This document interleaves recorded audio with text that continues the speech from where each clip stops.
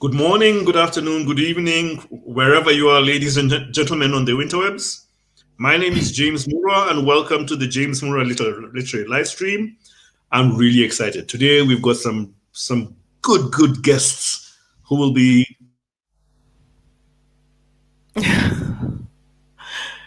So There maybe you go, Sharon. we need to introduce ourselves. Go right ahead. You start. We've been chatting about identity and the writer, and I'm just going to do a quick introduction of them. Okay. Please introduce themselves. Starting with Sharon and then Joyce. Okay. We can hear you again, I think. Okay, the internet has decided that I'm not going to have any joy.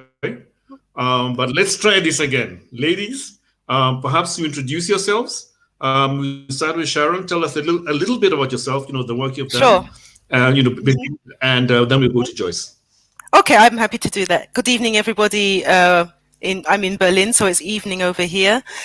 My name is Sharon Dodua Otoo. I'm actually a British writer who's living in Berlin. Actually, I now have the German citizenship, so I should introduce myself as British German. And I was born and raised in England, in London. Both my parents come from Ghana. I studied German while I was living in England, and then I moved to Germany for the last time in 2006. I've been living here ever since.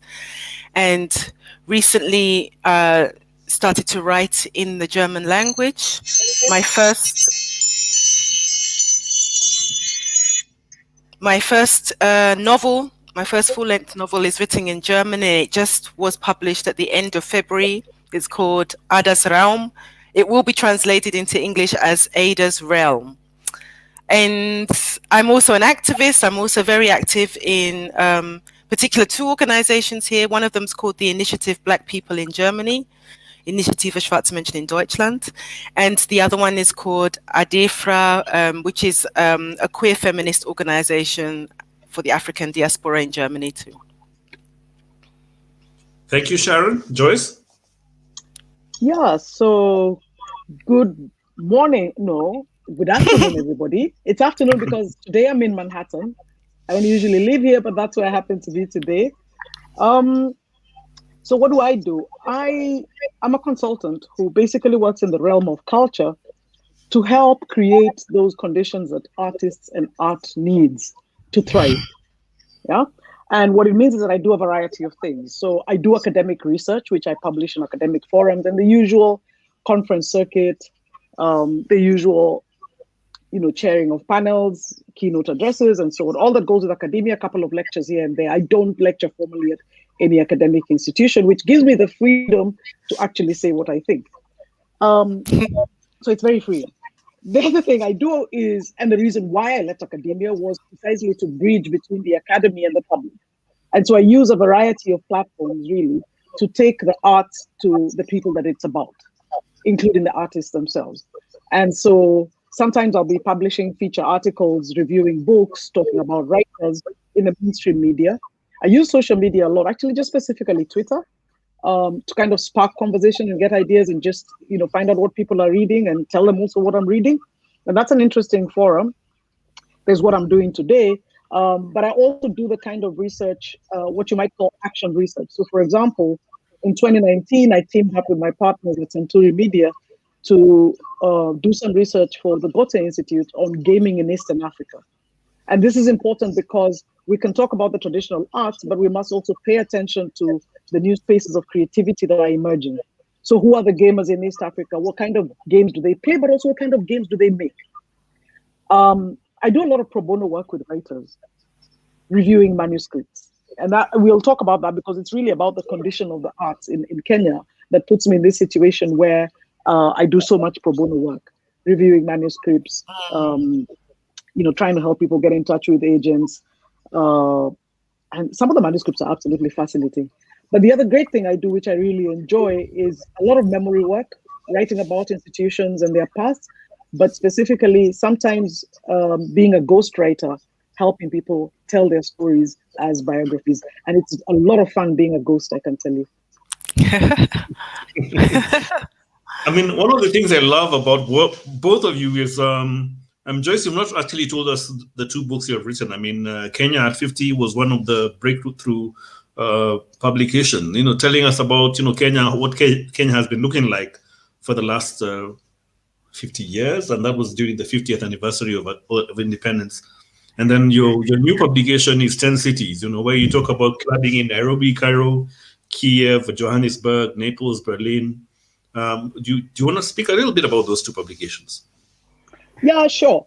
The exciting thing about Kenya at 50, again, having walked away from academia, is that it allowed me to do a couple of unconventional things research-wise, which was not just looking at the intersection between politics and culture, but using a blend of narrative forms, from the academic essay to the kind of personal biographical.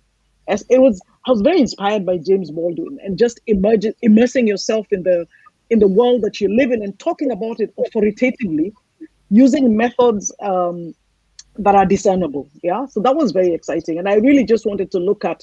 So, for example, you'll find up to that point you'd have found a lot written about the politics of Kenya as far as the 1982 coup was concerned, but nobody was talking about, with the coup, what did the social cultural dynamic of the country look like? Or specifically, a town like Nairobi, which was having its first experience of a curfew since colonial times. So I was interested in those cultural dynamics of political movements. And that was a lot of fun doing that. I was very lucky because leading up to the writing of that book, I had been writing opinion pieces and a couple of feature pieces for the Daily Nation. And that gave me a voice that was, yes, authoritative, but also not so academic as to put people to sleep. So really learning how to write for people, to people, instead of preaching to the choir in the academy. That was fun. And I think that the fortunate thing also was that I had the support of the Goethe Institute. So it allowed me to stop doing everything else and just sit and write. 10 Cities was also that kind of venture, but even more exciting, because what 10 Cities did was that it brought together writers, from journalists to academics, in 10 different cities, 5 in Europe and 5 in Africa. And, just the seminars we had to discuss what we wanted to do in telling the history of popular music and of clubs in these 10 cities between 1960 and as far as we could go. Well, it ended up stretching all the way to March last year, just because it was a difficult book to write. It was a difficult book to edit. And it was many voices, and trying to allow each one of them to be as distinct as the cities they represent are. We had a total of 25 writers, so you can imagine. Wow. And credit to my colleagues, Johannes and Florian. They did just so much work, including the work of translation from German to English, and then coordinating, of course, with the publishers in Berlin and so on. So that was a lot of fun. I have to say, while I'm on the subject, that I've been lucky enough again to get an opportunity through a German connection to spend a year next year writing a book that I've been thinking about for the last 5 years. And I'll tell you a little bit more about that later on. Thank you. Sharon, and yourself, you didn't talk about, you talked about your current new book. Yes. Adas Raum. I hope I pronounced that okay. But you haven't talked about your other books, No. Synchronicity, the things I'm thinking while smiling politely. I mean, do you want to tell us a little bit about those? Because I'm sure they build into the current book. Of course, I am happy to do that. The first two books that I published were published in English first and then translated into German. And all of these publications appeared in a very small left-wing publishing cooperative called Édition Assemblage. So that was already kind of unusual, because this publishing press wasn't known to be publishers that dealt with fiction writing. It was usually like non-fiction political pamphlets and this kind of thing. But I already knew when I began writing that it would be very difficult for me to find a publisher for my work. A, because I live in Germany and I'm writing in English, and B, because at the time when I was first writing, I didn't know of, it's really hard to find Black authors in Germany writing from here, from this perspective. I mean, writing in English from the German context, it's actually it's really hard to find these people who are published, I mean, by big publishers. So I looked to just try to find a way to publish through my network and contacts. Yeah, and I can hold the books up. I have them beside me. So these are the English original and the German translation of my first little book, a novella. And then Synchronicity, I have to admit that I think I should have chosen a different title for the German, but that Synchronicity that's in German, and then that's in English. They look almost identical. The English says the original story, so that's the difference. And both of these stories try to capture what it's like for a young Black German woman, a mother actually, or a Black woman in Germany, I should say, who is having everyday experiences. And it was like an attempt to write a story from a Black female perspective, where there's everyday themes. Like the first book, The Things I'm Thinking While Smiling Politely, was about a marriage breakup. And the second book was looking at precarious living. So it's a graphic designer who's losing the ability to see color. So how is she going to be able to live? It's a bit of a science fiction story as well, yeah.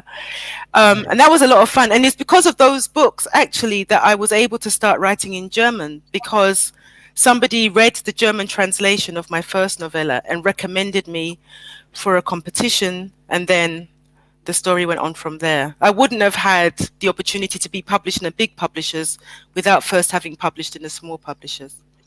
So the competition you're talking about is the Ingeborg Bachmann Prize. Yes. Now, listen, everything I've looked about this prize is it's a really important prize in Germany. You want to tell us a little bit about it? I can happily tell you something. For people who don't know this prize, I mean, there's nothing like it in the English-speaking world. I haven't come across anything like it. It's a little bit like X Factor, but for literature. So you have a live televised event.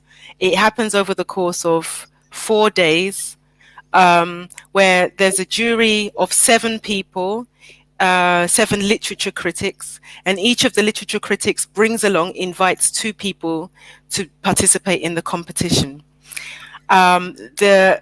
The rule is that the text has to be an original text, not published before, reads for about 25 minutes, and it's written in German.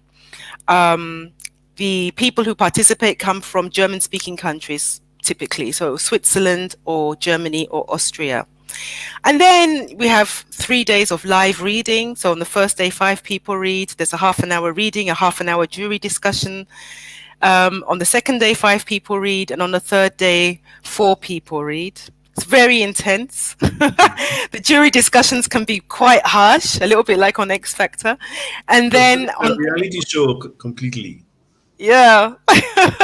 And then on the Sunday, the last day, there's a kind of a voting of who's the winner. There's 3 or 4 prizes. There's also a public prize. Yeah. And I participated in that in 2016. And you won that, and then everything changed. And then everything changed.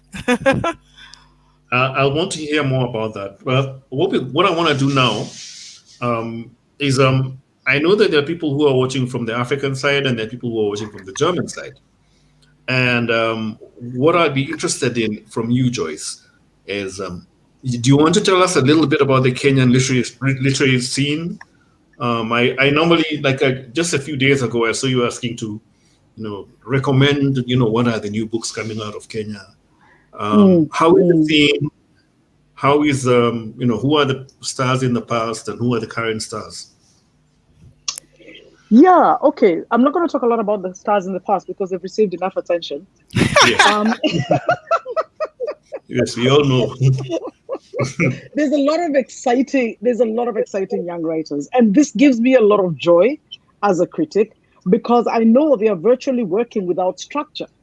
They create the structures half the time. So, for example, let's talk about journals like Downriver Road. This is just personal initiative, drive, passion for what you do, and saying, look, we don't know where the money is going to come from, but we're going to do this. So I love the burst of journals like that. They give me a lot of hope in how vibrant the scene is and how much, I don't want to talk about resilience because resilience is always, we praise people for resilience, and in doing so, it allows us to continue neglecting them. So I really don't want to use that word. What I really want to say is it's amazing to see the ingenuity of people when the structures are weak. And by that I mean, look, mainstream media is not interested in Kenyan fiction writers. They're interested in the textbook market, period. And at best, they will come to you and say, we want to front this book for standard 6 readers. It has to have the following themes. No writer wants to work like writing by committee is impossible. That is not fiction. That is not, a wholesome piece of work. So the mainstream writers and the mainstream publishers, rather, for their own pressures, for reasons of their own pressures, are interested in a different kind of setup. But here we have young creative writers. Not too long ago, I had a cup of tea. I had lunch with a young writer who surprised me because he said he doesn't even ever remember paying attention to literature as a subject in school or English. He just used to write his own little poems. And then now he had moved to the point where he was writing short stories and getting published and getting recognized. And that's, I love meeting people like that because it tells me that regardless of how the scene might be managed, there are people who will go on. Yeah.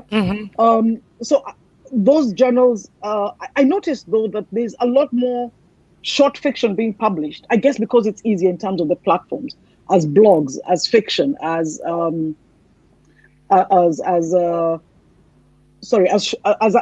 collections for anthologies. Those are easier to put out than the novel, right? And so I see a lot of that happening. And I'm really grateful for those spaces. The other thing that strikes me about those spaces, if you want me to say a little about the past, is, one of the things I noticed when journals like Downriver Road come up or Lolwe is how much they are doing what was done before without necessarily having any knowledge of what was done before. I find that interesting because in many ways, they're using the same structures that were used by Zuka or Busara or Transition. They may not be in the academic space in the way Transition came out of Makerere, but they are people who find themselves in a city and they connect, or in a country, they connect across space and time because they share a passion. Not too long ago, I was on a forum where Alexis Teye, one of the exciting young writers, was saying that increasingly we need to have artist collectives where artists are working across genres, not just writers by themselves, but painters, for example, sculptors, musicians. And what struck me about what she was saying is that it was identical to what Elimo Njao and the others were doing with Paya Pa Gallery in the 60s. Chemi Chemi, Ezekiel Mfalele. This is the kind of thing that they had set up in Nairobi. The recognition that artists need to be together, to think together, if you like, to brainstorm, and that it produces the best kind of work. So it fascinates me when I see the younger group of writers doing what was done before without any knowledge of it or without caring to study it. They don't need to study it. I wish sometimes they knew about it because they might know some of the pitfalls. And so we see a new journal emerge and fall into the same hole that one that was around 20 years ago had fallen into. Having said that, I do still believe in the power of iteration. I do still believe in the power of incremental gains. Very often we sit and moan about, Kwame died. Well, maybe it was supposed to die so that the next thing could grow. Nobody lives forever. Why do we expect that institutions would? Sometimes I take that organic approach because I really just don't want to keep moaning about, what is disappearing. What I also find exciting about Nairobi is that it continues to attract writers from many elsewheres. So not just people born in Kenya writing about Kenya, but people coming from many elsewheres and finding refuge in that space and finding things to say about that space. And that's also an exciting thing to have. The fact that Nairobi can be hospitable enough for a writer to find space to work is for me important. And so it gives me a lot of joy when I see people like Zukiswa making Nairobi a home. It tells me that we haven't lost that creative impulse. Do I want to say more about those spaces? I mean, there have been some very exciting books. Shiku Kimeria. And incidentally, I see more women publishing than men. I'm not sure what that's about. Shiku Kimeria. It's an Africa-wide thing. It's an Africa-wide thing, right? Even when I look at the new novels about Uganda coming out of London, and we'll talk a little bit more about that identity thing. So whether you're talking about Hassan's We're All Birds of Uganda, or you're talking about Kololo Hill, Nimasha's book. It's an interesting thing. I see more women putting books out there. Makena Maganjo. Who else was I reading the other day? Wanjiro Koinange. There just seems to be a lot more of that happening. So perhaps women have a secret they need to share with us. Sharon, might you know what that is? Why are African female writers able to produce? Very good question. Is it more or faster than the men? Let's think about that. Thank you, Joyce. So Sharon, it's on you now. Tell us a little bit about Germany. You mentioned about your struggles to get published. Listen, I've been doing this, and the impression I normally get is that it's a really well developed publishing scene. So you should be able to get published. So what's the story there? Well, I think up until the time around about 5 years ago when I won the prize, it wouldn't be unfair of me to say that the German language literature scene was very, very heavily dominated by middle class, white, actually, I would even say mostly men. And the subjects and themes that were being published in fiction seemed to fit a certain taste, the styles of writing, I would say. And it felt to me like, as an observer from the outside who didn't know how it came that the structure looked like this, it felt to me like that there weren't that many risks being taken. And I'm not sure if that's because, although the German publishing industry or the German language publishing scene is quite successful financially, I think, in the scheme of media, in the scheme of the growth of streaming, Netflix and co, and then different choices that people have to make in terms of where they get their entertainment from, reading was coming down, was being reduced. So I think publishing was under pressure to stay relevant and to stay viable. Then we entered a phase, like when you had writers of color or African writers or Black writers being published in Germany or German-speaking countries, they were usually non-fiction or they were translations. And then there was some and they were often pigeonholed as migrant writers, if they were coming from German-speaking countries themselves, and were often pigeonholed as a specific type of literature, which didn't seem to flow very neatly into the wider literature space. It felt to me like the literature scene wasn't diverse and didn't really strive to be. That seems to have changed in recent years. I made an effort to put some of the recent publications up here. And there are now emerging writers of color and Black writers who I would say are, taking the stage. Like, for some of them, they've fought for a long time. They've been writing for a long time and have fought to try and get this kind of attention. And for some of them, there's been a kind of happy circumstance of opportunities coming together. So that means that they've been able to publish in the recent years. And it's a really exciting time, actually, because, for example, my book has been published at a time when 2 other debut authors have also appeared, authors of color. I think they're both on my shelf as well. One of them is called Identity, and the other one is called Ministerium der Träume, as Ministry of Dreams. And my book and these 2 books were spoken about a lot collectively. Sometimes it was a bit of a, these books are all from authors of color. It's good that we have these 3 authors of color. Are they taking over the German language literature scene? But sometimes it was good because it meant that neither of us as authors had to cover the whole thing. We were able to be nuanced in our comments on culture, identity, politics, and that sort of thing.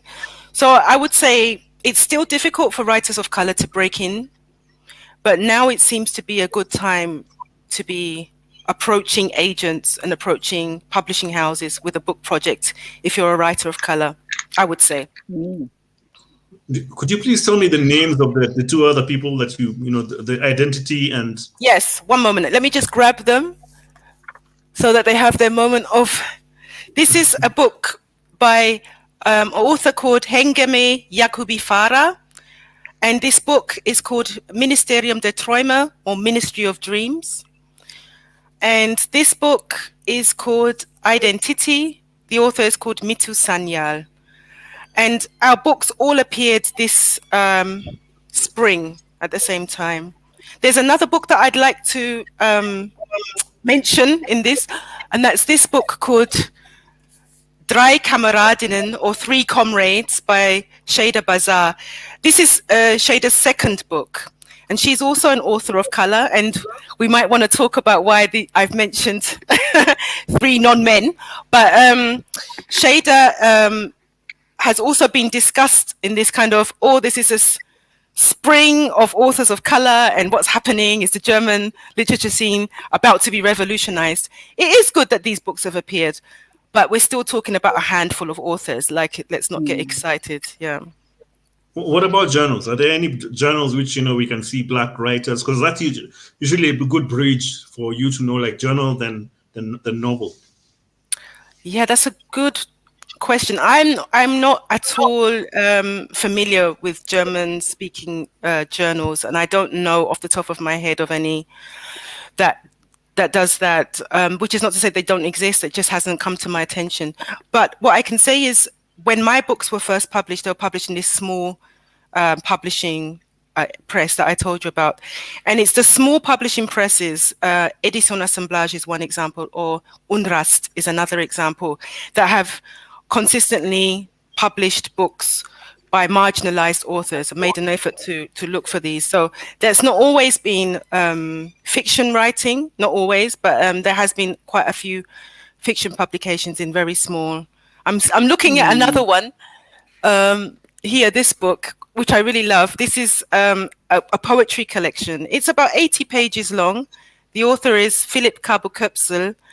He's a German of South African background, and he's written this poetry collection. The reason why he's called it The Act of, or The File of James Knopf. James Knopf is a children's literate figure, and it's like one of the only Black boys in German literature, right? James Knopf. And it's a little bit of a stereotypical depiction. So it's not actually a figure that Black people are proud of. And Philip has kind of used humor to take this figure and then kind of reimagine him as a character that's kind of rebelling against racism and stereotypical depictions of Black people in literature. And it's a really nice book. It's so interesting because Philip has been on this live stream. Yeah? Oh, I really like Philip. I'm a big fan.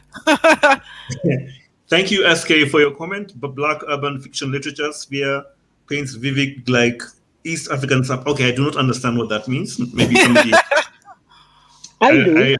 What does it mean? I think it's just talking about how vibrant the scene is right now. I mean, I think about the number of new young writers I've had the opportunity to sit and have a cup of tea with, people like Kiprop Kimtai, writing fascinating things, perhaps holding on to their manuscripts longer than they should because the mainstream publishers are letting them down and they're trying to find a way. I think about people like Kari Baraka, absolutely fascinating in terms of not just what he writes, how he writes, but what his background is as a philosopher. As a student of philosophy, as a student of literature. And so I think that vivid thing he's talking about there, even when you look at the people who are writing what we might call non-literary fiction, pop fiction, if you're interested in those categories, think of people like Okanga Owoko, writing, Businesswoman's Fault, Kisumu. I mean, sitting down and just writing volumes and getting them published, how he'll sell them, he'll figure out later on. They're selling books on M-Pesa and WhatsApp and Twitter. I buy a lot of books off Twitter from people like Colin Sakwa, the Campus Exile. And I admire the initiative with which they put themselves out there on these social platforms and say, hey, listen, I have a book, will you buy it, and tell interesting also little stories that work as marketing and advertising. And between those two platforms, between Instagram, Twitter, perhaps Facebook on one side and WhatsApp on the other, and M-Pesa, they're collecting their money, however little it might be, and it's allowing them to believe in, why this can work. So I have, I like to think of that scene as really very, very vibrant and vivid. And to see it, you have to look away from the mainstream publishers. There will be the few fortunate ones like Yvonne Award who break through internationally. But there are also all these others who are doing amazing things. Even when it's not the big books they're putting out there, it's the little stories that they tell. The microfiction, for example, on Twitter. Whose handle is this that I like following because he writes about his estate WhatsApp group. And it's absolutely fantastic. Poshinsky. Little acts of fiction are taking place everywhere. And it just tells you that there is no limit to the imagination. Where the structures are not there, people make them. Yeah, and they put the work out there. Audrey Kavemba is the writer I was talking about earlier, who I had lunch with, and he surprised me when he told me literature was never something he paid attention to. But he's well on the way to finishing his first novel, and I'm excited for him. He's put out a few short stories. One of them, I think, won a prize not too long ago. And again, that just gives him the hope to keep going on. So the other thing that is happening, if you ask me to describe the scene in Kenya, is that we do have pockets of opportunity.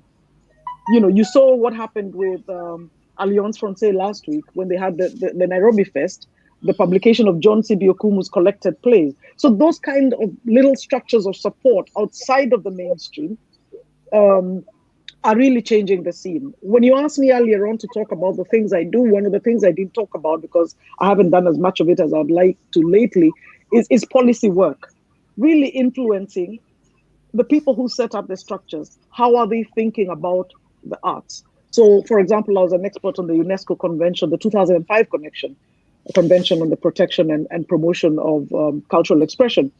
Moments like that allow critics to key into the decisions that are being made.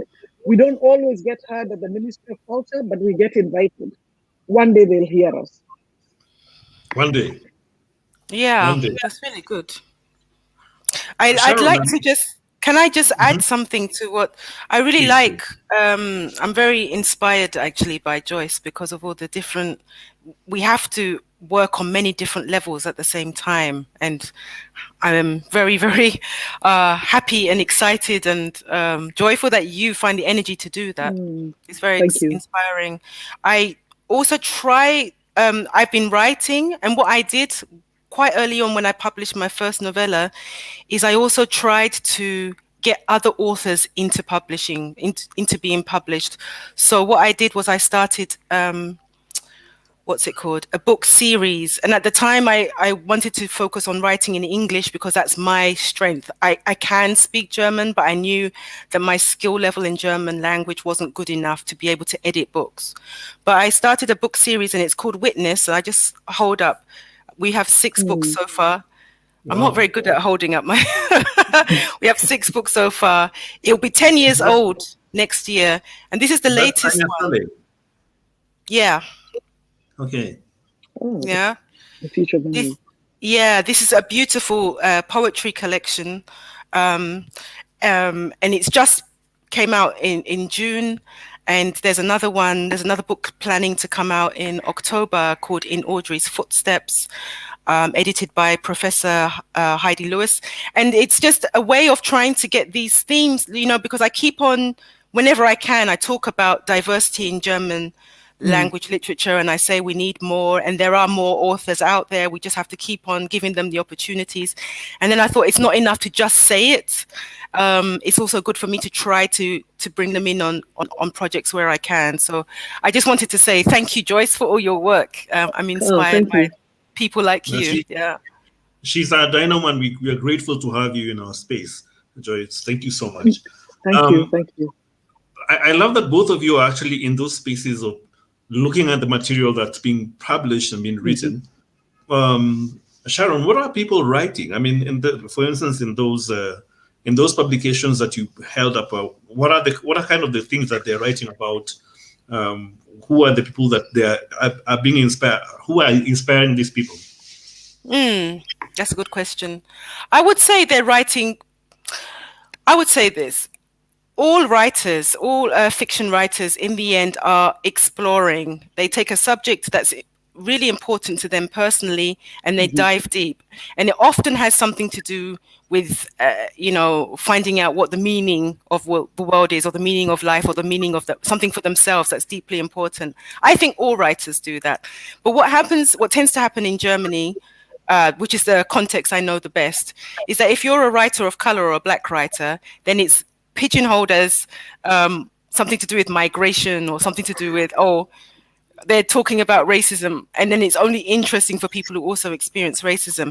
And I found that really frustrating, because I think all of the writers have taken a subject and then they've really looked at it and tried to construct a story around, a plot around this exploration of a subject that's important to them. So, for example, this book, Identity, is being discussed a lot at the moment. I'd like to just mention it because it's a book that's also, the translation rights have been sold, I believe, into English, so that should be being available next year or the year after.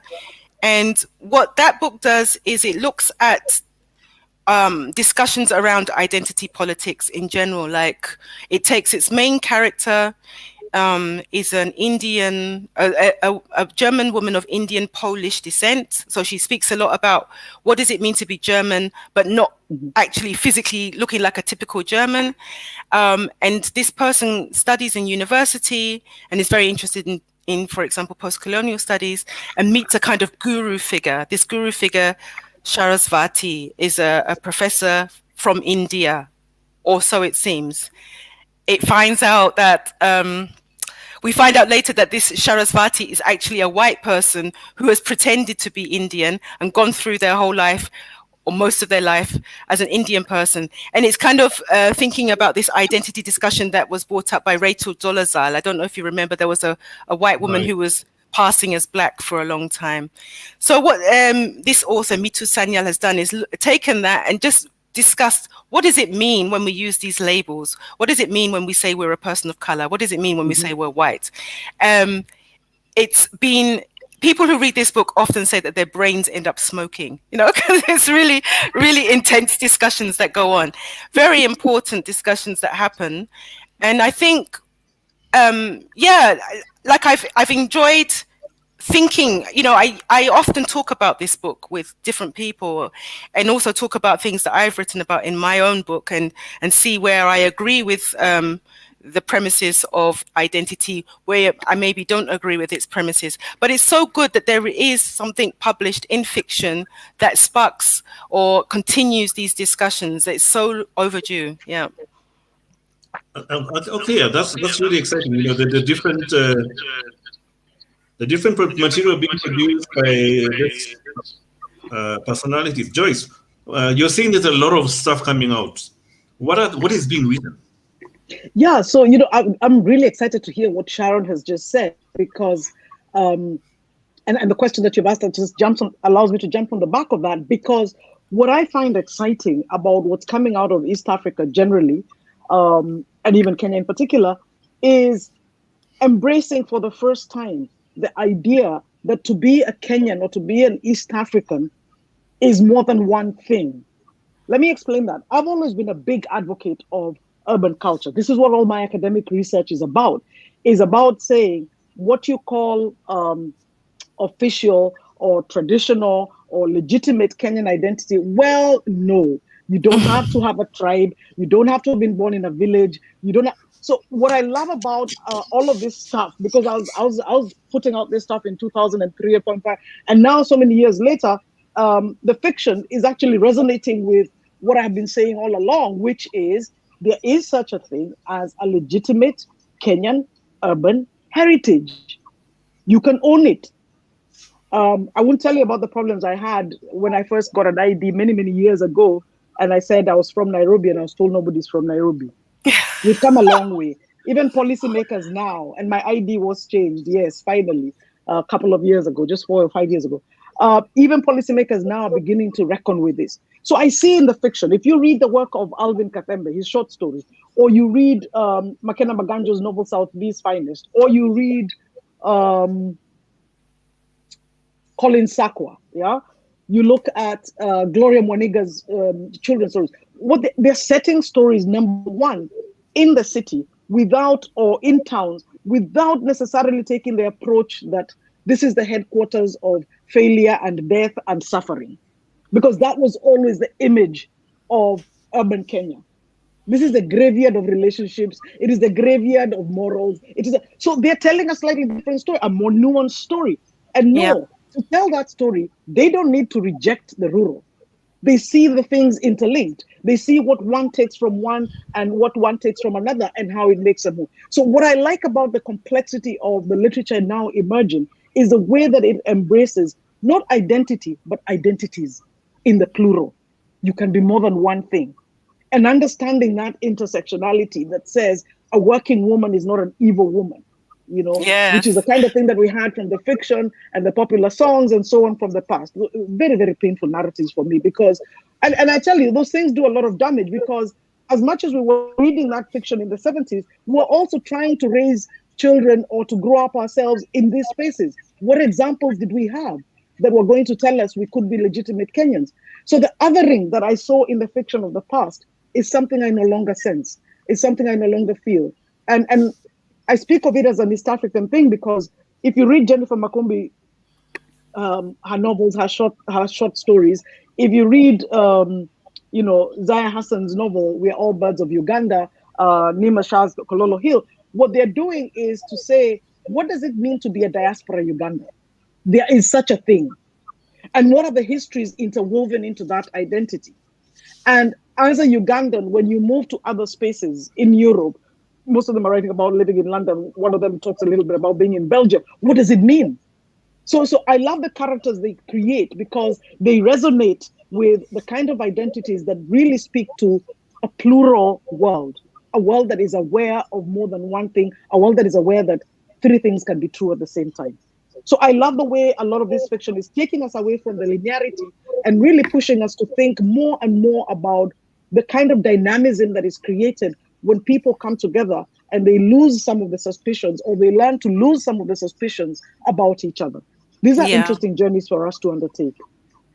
First of all, I'm really excited because I was also denied from having my ID being Nairobi. So I didn't know that you could change it. Now you can. You must. I'm going to try and do that.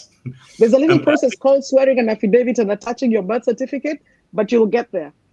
Because your birth certificate, and that's the other thing. What benefit does the Kenya government have when it has all these documents with wrong information? Why would your birth certificate say you were born in Nairobi and your ID say something about the village that your ancestors came from? Who is this helping, having this wrong information? So let's help them get their record straight. No, I'm really excited. Sharon, I have to ask you about the individual Audrey Lloyd. Yes. She seems to be a towering figure in the Black German experience. How has she influenced the writing coming out of that part of the world? Can I grab one more book? Bring them. Actually. I'm actually writing down notes because I'm really excited. I didn't know these things existed. Oh, I said one more, and then she grabs three. But let me just. I love this show and tell. Go ahead. These are the three books that I want to show next. So I'll begin with this book. This is a poetry collection by a woman called Maya Ayim, who's sadly no longer with us. But the reason that this book is important is because when Audrey Lloyd came to Germany the first time in the 1980s, early 1980s, Audrey Lloyd is a Black US American activist, philosopher, everything, warrior, she called herself. She's basically like a Joyce from the US. Yes. Yes. This is a nice description. So Audrey Lloyd was teaching at the Freie Universität in Berlin and noticed that there were Black women in the audience, but they didn't know each other. They were sitting one here, one there. And at the end of her lecture, she said, okay, I'd like to end this lecture by requesting that all the white people leave the room so that there's a space for the Black people to get together, which was revolutionary at the time. She must have been accused of being a reverse racist and all the stuff that you get. In any case, these women spoke to each other and they were encouraged to stay in touch with each other, and Audrey Lloyd encouraged them to write their stories. That was really important because at the time we had we've had Black people in this area of the world for over 300 years. Like, this is actually not new, but what happens is our stories get, repressed and hidden.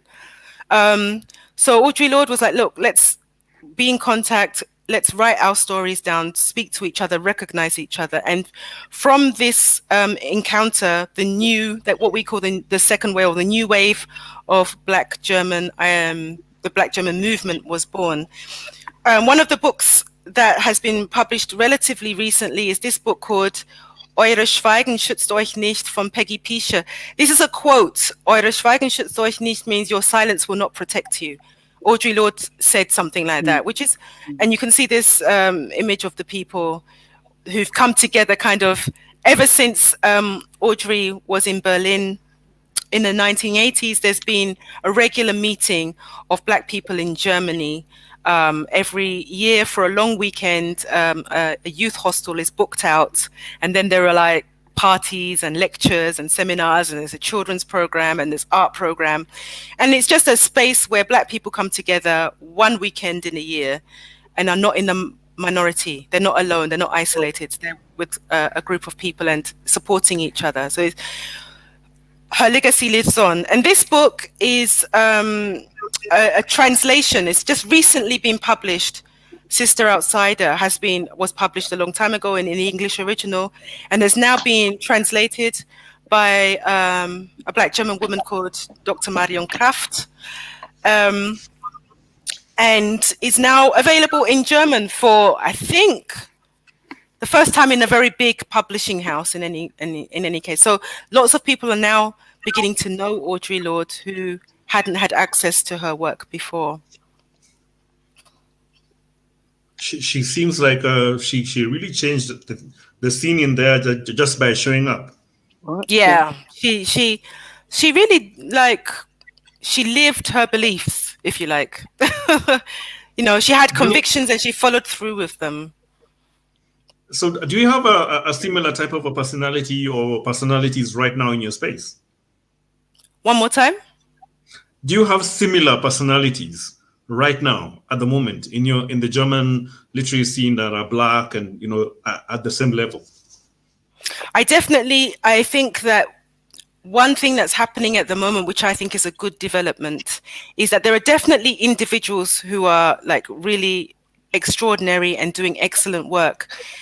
But it seems to me that these individuals understand that the movement is bigger than themselves, that they're not pushing for their name only to be out there in the open, but they're talking about a collective. So there's a collective, for example, Black Lives Matter in Germany. That's a collective of people.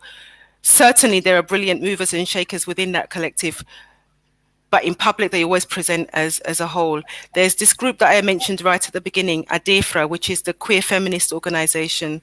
There's some wonderful people, really. I could mention names, but I know that they always present themselves as a collective, and they try to promote, community issues, community values. Joyce, what about... Okay, sorry, I'm hearing myself. Joyce, has there been an influence from the other movements from outside? The Germans have Audrey Lloyd. How are the people who are writing right now, in the new spaces that are emerging in East Africa? Who are the big influences? Is it Black Lives Matter? Who is it? That's a really fascinating question. I'd have to think about it a little harder. But off the top of my head, some of the conversations that have been going on, and sometimes we underestimate the effect of things. The whole idea of decolonizing spaces, might have seemed a bit stale in Kenya, just because it happened so long ago as far as literature is concerned. The changing of the Department of English at the University of Nairobi in 1969 to the Department of Literature. It was a big bang then, and then we kind of just, took it for granted. And so, for example, in secondary school, they now started teaching what they called oral literature or orature, to say that non-written forms are also literary. And really saying this was not a tabula rasa before colonialism. People did have art forms. And I think because that shift happened so long ago, we began to take it for granted. I was fascinated 2 years ago when I happened to be giving a lecture in Cambridge, 3 years ago when I was giving a lecture in Cambridge. And one of the lectures actually had to be cancelled because this whole decolonizing thing on the syllabus was so huge. There were protests. I was looking at them and thinking, you're almost 50 years late, but it's okay. Have your moment. But I see it in the way we write now. So when you look at what was written in the 70s, you realize that a lot of writers were still being very faithful to the medium. Those writing in English were being very faithful to the medium of English in terms of their syntax, in terms of their grammar, and so on. When you read the younger writers now, they don't feel obliged to pay attention to the rules of English grammar in that way. They're code switching. They're using Sheng. So they're really just carrying on that process of decolonizing many steps further. And so I think the influence of that has continued in ways that we sometimes don't even necessarily pay attention to in terms of where it started, but just seeing the kind of, incremental changes that it has led to. So not just a change of name in the department, not just a change of name in the syllabus or a change of focus and methodology in the syllabus, but also the way writers actually write and their continued acceptance in the mainstream as, doing credible literary fiction. I think that's a big change.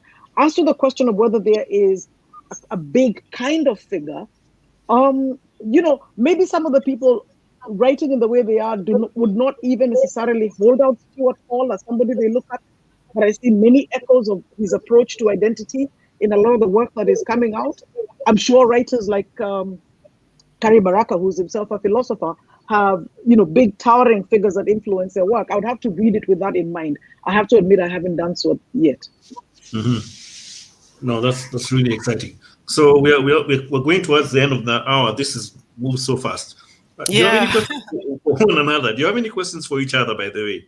Because I don't want you to be sitting here and you have a question that you would have loved to hear from each other. Let me go first. Sharon, I did want to ask you, but before I ask you a question, you showed me so many books, so let me show you one that you must read. Yes, thank you. Lovely. I'm in Manhattan and far away from my books. Yeah. I'll show you my bookshelf a little later on when we get off the screen in pictures. But I had wanted to ask you about the process of translation. And, when you write in one language, so I had two questions. One, do you do the translation yourself? But I think at some point you said your German wasn't that good, or something to that effect. So one, do you do the translation yourself? But two, when you review the translated work, what kind of conversations do you have with the editors, with the translators? What are the things that, as a writer, you nitpick about when a work is translated? I'm really curious about that. Yeah, that's a good question. I want to read both your books. Yeah. Okay, first of all, I'm going to revelation. I don't translate. I once tried to translate something and it went wrong. I'm not very good at it. I've got the kind of brain that only functions in one language. So I don't translate. Yeah. That's what I think anyway. I think also it's to do with the fact that I guess I consider the act of writing also in a way a translation already. I've got an idea and I try to put it down into words, and then to find new words again that's too much work for me. So I don't do it. Yeah. And when somebody else does it, what kind of conversation do you have with them? Yes. So I'm going to go through this process. I've had this process a few times. For the first two novellas, the ones I showed at the beginning, my very, very good friend Miriam Nuning translated them. She's a wonderful translator. She's Black German herself. She spent many years in Washington, D.C. She studied in Howard University. So she was really immersed in the language and literature. And she also just really understood what I was trying to do with my work. Mm-hmm. So I don't think there would have been a better translator. I'm going to say it like that. Then I wrote a short story in German, which won this prize that we spoke about, the Ingeborg Bachmann Prize. And this story, by chance, was translated by two different teams into English. So there's a US-American version. I've got it here. I'm good at this show and tell thing. I love it. Yeah. Oh, there we go. So it's translated by Katie into British English and then into US American by Patrick Plosnitsky and Judith Menzel. And it's great because this publication has put them together, has put the whole story, with illustrations, and you can compare the translations. That was a lot of fun. And I enjoyed that a lot. I did. I still think that the story in its original is the story, right? The thing I tried to do with the language in German only works in German. But I think that the people who translated it found really, really good plan B solutions. For example, I don't know what the do you speak Kiswahili? Yes. How is it with, okay, so let me explain. In German, there's a way that you can address a person with the word you in a formal way or an informal way. In English, we don't really have that distinction. And I was wondering whether you have something similar in Kiswahili. In any case, you do. So in the German language, I was able to make a comment on the way a man was speaking to a woman. He kind of spoke down to her. And then when she spoke back, he was surprised that she was speaking at him at eye level. And I was able to do that with one word, in German. And in English, they had to find a workaround. They used first name basis or something like this. So that's one reason why I don't want to translate myself, because I find that too hard. And my new book, the one that's just been published this year, that will be translated by a translator who's based in the United States, and we're in contact. And I think he's great. I think he'll do a really good job. We've spoken. He's done a sample translation, and I really like what he's done. So I'm very relaxed about the process of being translated. Oh, okay. If I could just make a comment on translations. You know, when we were working on and I'm going to allow you to see a couple of these. When we were working on 10 cities, which I put on the screen now. Yeah. Yes. Oh my God. So, you know, wonderful, wonderful German publisher, very, very committed to getting things done. But at some point I was near tears because they kept coming back to us with some of the other writers who are doing Nairobi. That's Mukami Kuria and Bill Odidi. And they kept coming back to us to say, what's a translation for this one? Well, actually, sometimes there's no translation. Just take the word as it is and figure it out in the context.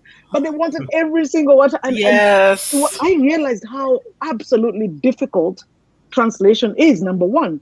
But number two, and you've now put it very well, the idea that when you tell the story, and here we were dealing with songs and song lyrics, when you tell a story, it is a complete world. Like, it you know, in terms of the characters, the language and everything within it, you know, to then ask that it be broken down further by the person who created is to ask them to do something they can't. And I really think that that's a work of critics and translators. And I really appreciated that as we did the translations for 10 cities, because it was so painful. Yes. I'll just jump in here. Hans Hofele is asking if there is still a lack of translations of African authors into German. Such a big non-fiction book market. I think there's a lack of representation of Black people and people of color, full stop. I think there can't be enough works published, and I hope there'll be more.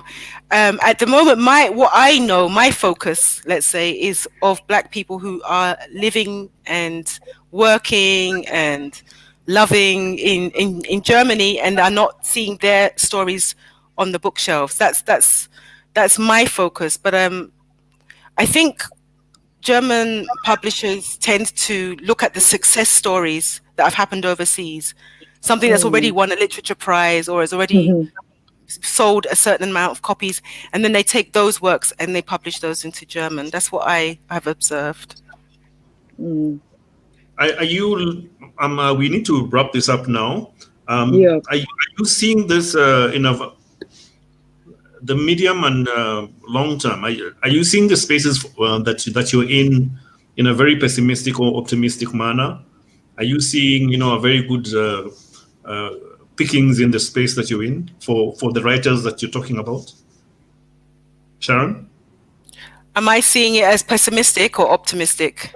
Yeah, I mean, are you seeing the future being very bright for the writers that you're talking about, you know, the Anya Sarles and the Philip Kabu.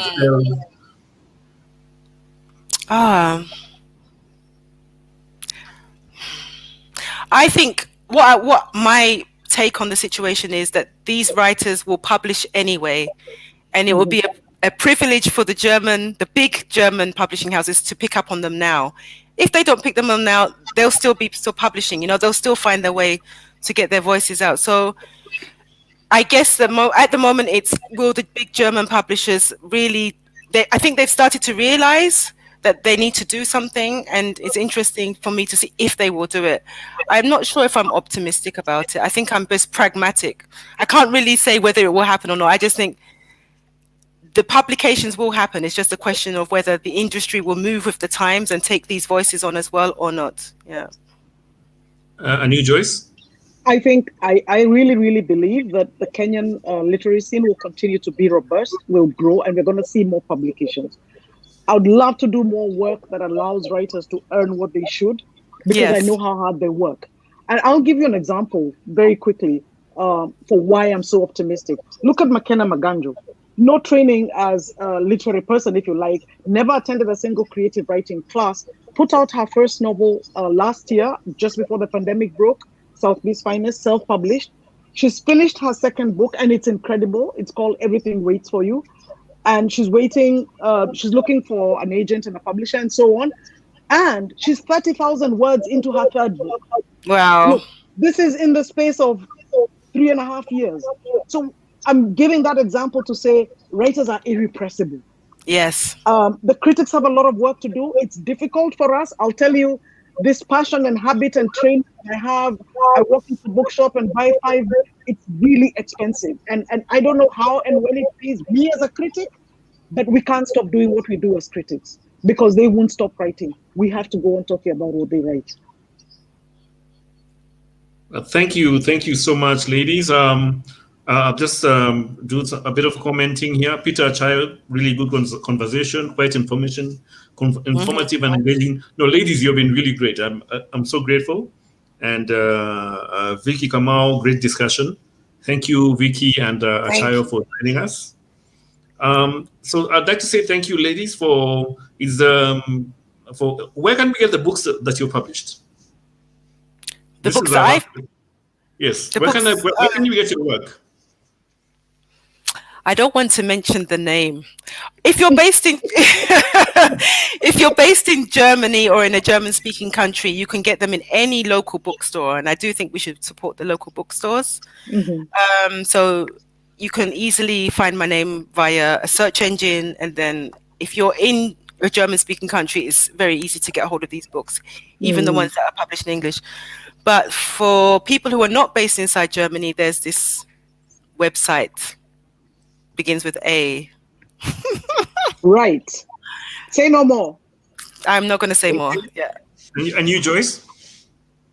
I will let the whole world know when 10 Cities becomes available in Nairobi, Johannesburg, Lagos, and everywhere else to buy, because it's an incredible book. And I'll tell you, from a publishing point of view, what those publishers achieved that was amazing. It's a huge book, as you saw, but it's so light. You can carry it in your handbag. And I love that about it. I love the thoughtfulness that went into the texture, the paper, the color, all really great. So I will let you know as soon as 10 Cities comes out. I'll let you know when I finally go away to Germany next year to sit for a year and write the book I've been thinking about for 5 years, whose name shall Where will you be? I'll be in Berlin. Yes. Okay, good. I will find you, Otto. I will find you. We'll hook up. I will. Yeah. Good. You have each other's emails, so I'm yes. sure you can start a conversation. Okay, just one more comment here from Mafex Inc. Great insights on the African literature space. Thank you, Mafex. And also Hans said thank you all three and lots of success. Thank you, Joyce. Thank you. Thank you, Sharon. Thank you very much. And for those of you who tuned in, thank you so much. Please have a great evening. And those who watch later, please have a great time too. I'll say goodbye now. Bye-bye.